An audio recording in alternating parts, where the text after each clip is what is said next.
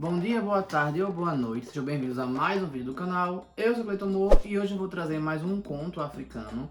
Eu vou falar sobre como Anansi se tornou uma aranha. Mas quem é Anansi? Venha descobrir.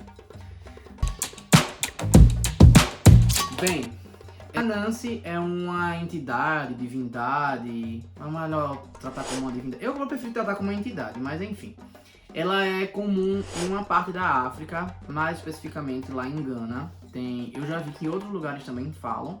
Os povos que falam sobre ela, pelo que eu vi, era da Gomba, é o povo da Gomba, o povo Akan e o povo Kratchi, se eu não me engano, também fala. E todos os três povos têm ali a região de Gana, tá certo? É uma divindade que era um homem, que a parte de baixo do corpo dele era uma aranha. E existem muitos contos sobre eles. Essa divindade era famosa, ou entidade, era famosa porque ela era tipo um Loki africano. Ela desafiava os outros e ela conseguia fazer artimanhas para que ela se sobressaísse perante seus inimigos, na maioria das vezes considerados inimigos superiores, seja em força ou o que é que seja. Também é falado que ele conhece todas as histórias do mundo e existe até um conto que ele desafia o Deus Supremo, né? Que dependendo do povo pode ser Wuni, Wubari. Wuni é para os Dogomba, Wubari é para os Kratchi e para os Akan é, meu Deus, tá na ponta da língua, Nyame. Que ele desafia essa divindade suprema e ele consegue o direito de ter todas as histórias do mundo. Tudo isso? Ele também é um contador de histórias, o que também ajuda na lábia dele, né? Então é uma entidade que está ali. Ele pode ser considerado como um trickster, por exemplo, como uma entidade que traz o caos, mas enfim, ele movimenta, vamos dizer assim, as mitologias dali daquela região. E esse conto que eu vou trazer dele é justamente no conto que ele vira aranha, vamos dizer assim, né? Então vamos começar. Bem, há muito tempo atrás havia um rei que tinha o nome disso em português... Pensa em inglês, desculpa. Um bode, não, cabrito... carneiro. Que era muito amado por ele. Só que ele deixava esse carneiro livre. E todo mundo sabia que ninguém podia mexer nesse danado desse carneiro. Ninguém podia mexer nele. Independente do que o carneiro fizesse, ele poderia entrar, comer toda a sua plantação, o que fosse. Você não podia mexer nesse carneiro, porque ele era o carneiro favorito do rei. Então ninguém podia mexer, porque senão ia sofrer umas consequências aí, né? Que dependendo do que fosse, podia ser até né? Enfim. E aí, o povo sempre quando via o carneiro ficava, eita, esse carneiro é folgado, sabe? E Anansi, nessa época ele tinha uma fazenda e ele vivia lá e tal, e tava com uma boa colheita, a colheita dele tava boa, tava crescendo, tava direitinho. No conto que eu li, inclusive neste livro aqui, nesta coletânea, muito boa inclusive, quero comprar todos dessa coleção, fala que era milho. Como era muito tempo atrás, eu não aceito que seja milho. Vamos de sorgo, que eu acho mais fácil. Sei, porque milho é daqui. Mas vamos lá. Das Américas. Vamos lá. E ele tava na plantação dele, tava bem feliz com a plantação dele, tava prestes a colher. E disse, eu espero que esse carneiro não apareça por aqui, porque eu não quero arrumar problema. E aí ele foi de boa. Só que no outro dia, quando ele chegou lá pra ver, ele viu que parte da colheita tinha sido comida. E ele procurou pra ver quem tinha feito aquilo. Quando ele olha, era o carneiro do rei que estava comendo ali no cantinho. Ainda tava mastigando, ruminando ali as coisas. Ali... mastigando. Ali as coisas... E ele, pra poder afugentar o carneiro, porque ele ficou irritado com aquilo, né? Perdeu a colheita dele e tudo mais, ele pegou uma pedra e foi jogar nesse carneiro. Só que aí, vamos dizer que ele foi ruim de mira, porque ao invés de bater no pé do carneiro, pro carneiro correr, bateu bem na testa do carneiro. E eu não sei que força danada é essa, que ele levou o carneiro a óbito.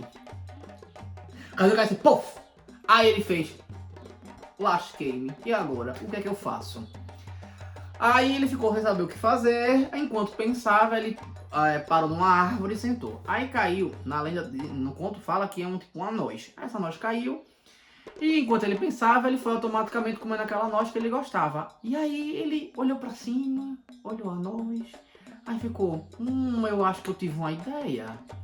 Aí foi que ele foi falar com um amigo dele, Sumbuli, No conto fala que já era uma aranha, mas eu quero crer que era uma pessoa, tá? E aí foi chamar esse amigo dele pra ver uma coisa. E aí acontece, quando ele chegou na casa desse amigo dele, ele já tava cheio dessas nozes. Deu pra esse amigo comer. Aí ele comeu e disse, nossa, que gostoso, não foi tu pegasse. Vamos. Aí ele fez, vamos ali, que eu te mostro o que foi que eu peguei. Aí ele leva esse amigo pra essa árvore e diz, ó, tu bate aqui nessa árvore até as nozes caírem e aí tu vai pegando pra comer. Aí ele, beleza. Aí o amigo começou a bater, só que quando ele começou a bater, o carneiro cai de cima.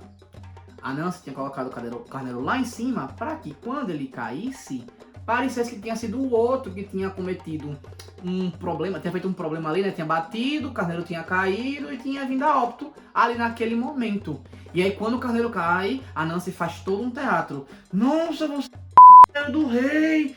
E agora, o que vai acontecer e tal? Ele, e agora, Nancy, como é que eu vou fazer? Eu falei, não, vamos fazer o seguinte, calma. Foi um acidente, acontece.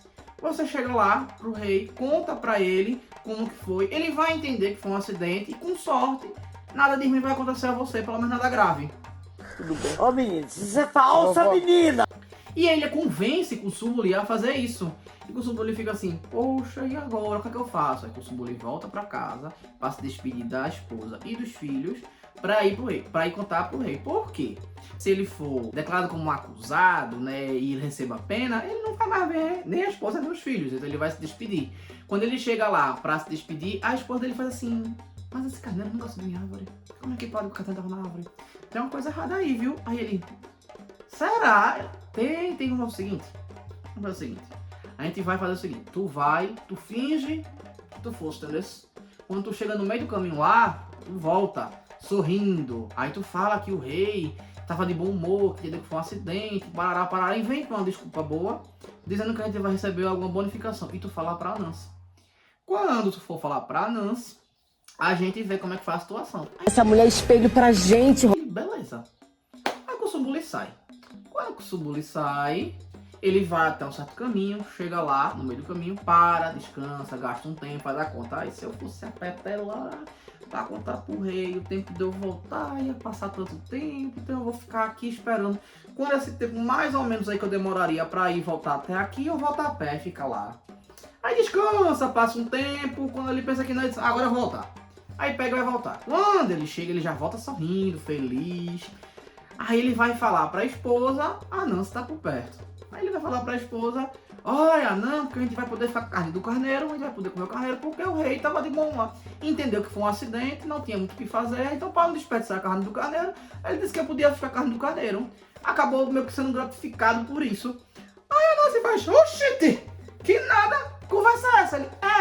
Ele disse isso, aí agora a gente tá, tem carne de carneiro, depois eu quero um pedaço. Eu vou lá, quero um pedaço, porque esse carneiro que eu joguei a pedra na testa dele.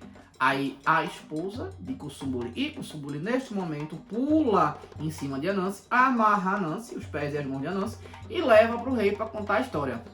Quando chega lá, eles contam a história toda o que aconteceu, né? E tinha o carneiro como prova, né? O corpo do carneiro como prova. Quando chega lá, o rei fica irado com ele, enquanto isso a Anansi tá se contorcendo no chão para tentar sair dali.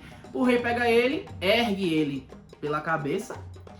Aí agora a história vira magia, porque ele chuta a Nancy e na hora que chuta, a Nancy despedaça. E cada pedacinho dele vira uma aranha. E diz por aí que essa aranha tá tão envergonhada que ela começou a ficar nos cantinhos da casa procurando por outras suas partes para se juntar e voltar a formar um ser completo, né? E aí por isso que a aranha habita dentro de casa.